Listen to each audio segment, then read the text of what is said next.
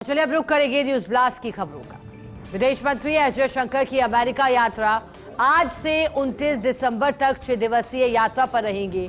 Jaishankar America में भारत के महावाणिज्य दूतों के सम्मेलन की अध्यक्षता करेंगे। अमेरिकी विदेश मंत्री एंटनी ब्लिंकन और अन्य अधिकारियों के साथ बातचीत भी करेंगे। ट्रंप की जीत के बाद भारत की ओर से अमेरिका की पहली उच्च स्तरीय यात्रा। हालांकि डोनाल्ड ट्रंप या उनकी टीम के किसी सदस्य से मुलाकात पर अभी सस्पेंस है। 20 जनवरी को अमेरिकी राष्ट्रपति के रूप में संभालेंगे कार्यभार।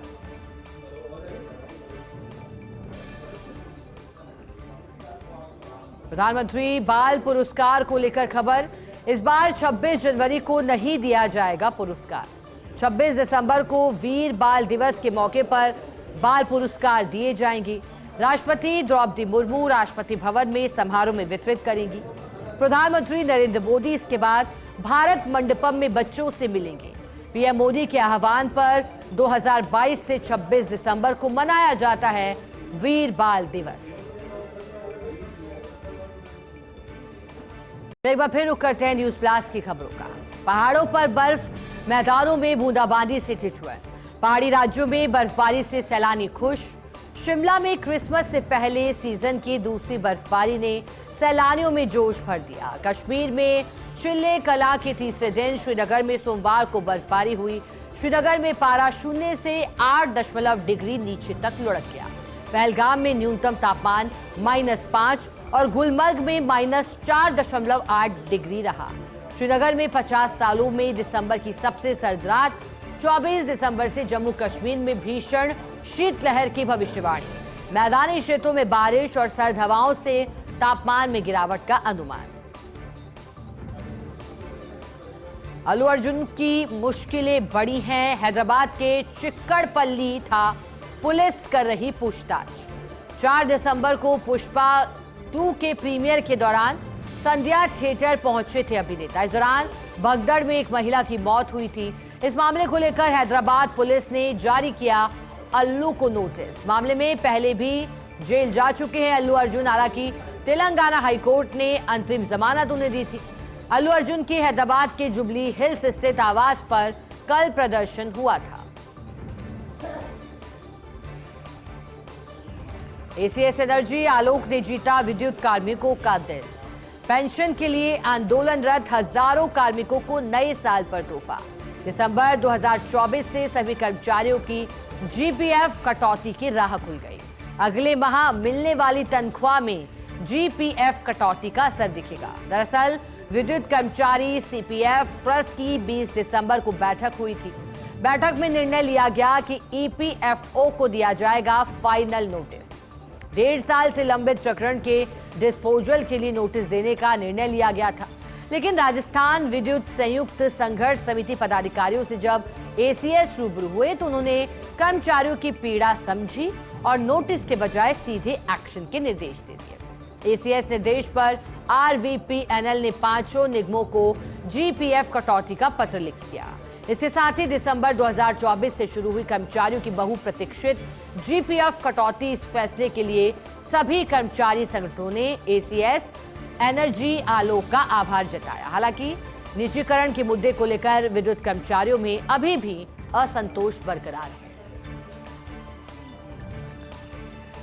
केंद्रीय बजट पर आज पीएम मोदी की अहम बैठक। अर्थशास्त्रियों और विशेषज्ञों से मिलेंगे प्रधानमंत्री मोदी।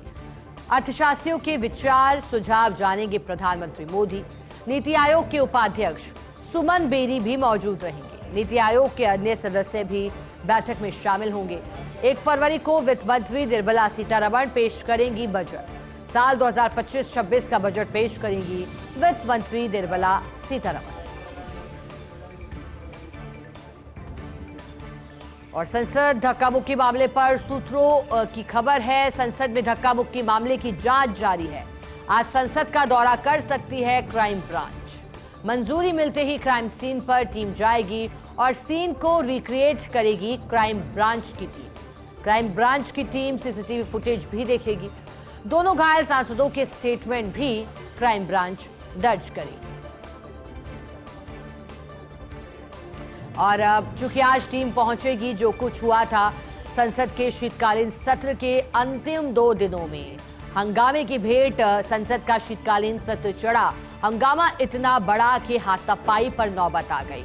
सांसद घायल भी हुए, जिसके बाद बात आई जांच की।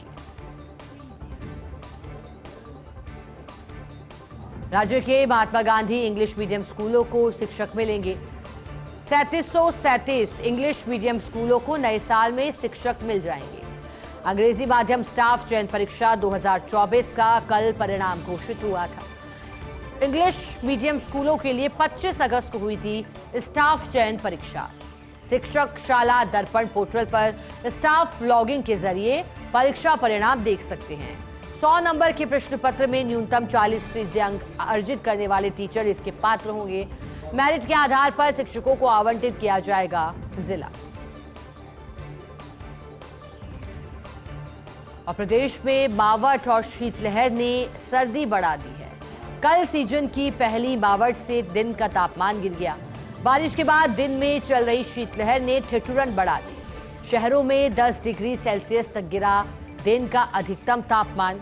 श्रीगंगानगर, चूरू, पिलानी में 17 डिग्री से भी कम रहा अधिकतम तापमान। आज राज्य के 18 जिलों में घना कोहरा छाने का येलो अलर्ट जारी किया है।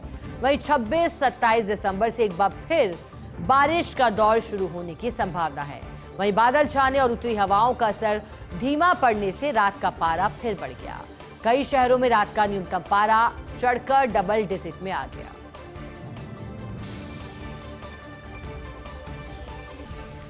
बीजेपी सत्ता और संगठन की जुगलबंदी ने बीते 1 साल में किया है कमाल का प्रदर्शन।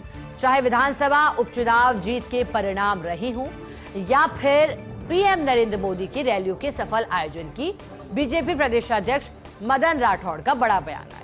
उन्होंने कहा कि मेरी कोई बात मुख्यमंत्री को ठीक नहीं लगती तो वो ठीक कर देते हैं, और मुझे कुछ ठीक नहीं लगता या सुझाव देना होता है तो मुख्यमंत्री मान लेते हैं।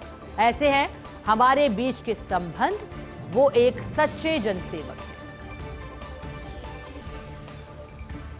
और देखिएगा, ये बात कही गई है क्योंकि जुगलबंदी इसलिए अब जब किसी भी सत्ता को, संगठन को या सरकार को चलाना होता है तो सबसे महत्वपूर्ण कड़ी होती है सामंजस्य आपसी, और ऐसा ही कुछ दिखाई दिया।